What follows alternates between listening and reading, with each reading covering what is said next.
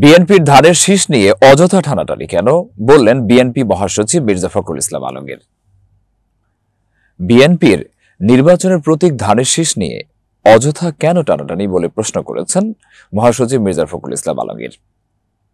কারো নাম উল্লেখ না করে তিনি বলেন, ভাই, আমরা তো তোমাদের মার্কাতে বাধা দেইনি। তোমাদের মার্কা দেবে নির্বাচন কমিশন, সেটা নির্বাচন কমিশনের সিদ্ধান্ত নেবে। 1990-এর স্বৈরাচার বিরোধী গণঅভ্যুত্থানে শহীদ নাজির উদ্দিন জেহাদের 35তম শাহাদাতবার্ষিকী উপলক্ষে স্মরণসভায় প্রধান অতিথির বক্তব্যে কথা বলেন মির্জা ফখরুল। আর শুক্রবার রাজধানীর রমনা ইঞ্জিনিয়ার্স ইনস্টিটিউশন মিলনায়তনে এ অনুষ্ঠান হয়। আয়োজন করে শহীদ জেহাদ স্মৃতি সংসদ। শাপলাকে নির্বাচনী প্রতীক চায় জাতীয় নাগরিক পার্টি এনসিপি। তবে নির্বাচন কমিশন দলটিকে প্রতীক নিয়ে অস্বীকৃতি জানিয়েছে। গতকাল বৃহস্পতিবার এনসিপির মুখ্য সমন্বয়ক নাসিরউদ্দিন পাটোয়ারী নির্বাচন কমিশনে গিয়ে এক বৈঠকে তাদের দাবি পুনর্ব্যক্ত করে বলেন, হয় শাপলা প্রতীক দিতে হবে, নয়তো ধান সোনালী লাশ বাদ দিতে হবে। এই শর্তে নির্বাচন কমিশন দিয়েছে এনসিপি।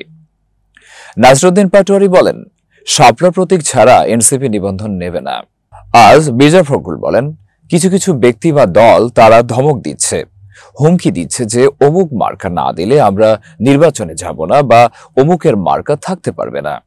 আমরা এ কথা বলি নাই যে তোমাদেরকে এ মার্কা দেয়া যাবে না। তাহলে অযথা বিএনপির ধানের শীষ নিয়ে টানাটানি কেন?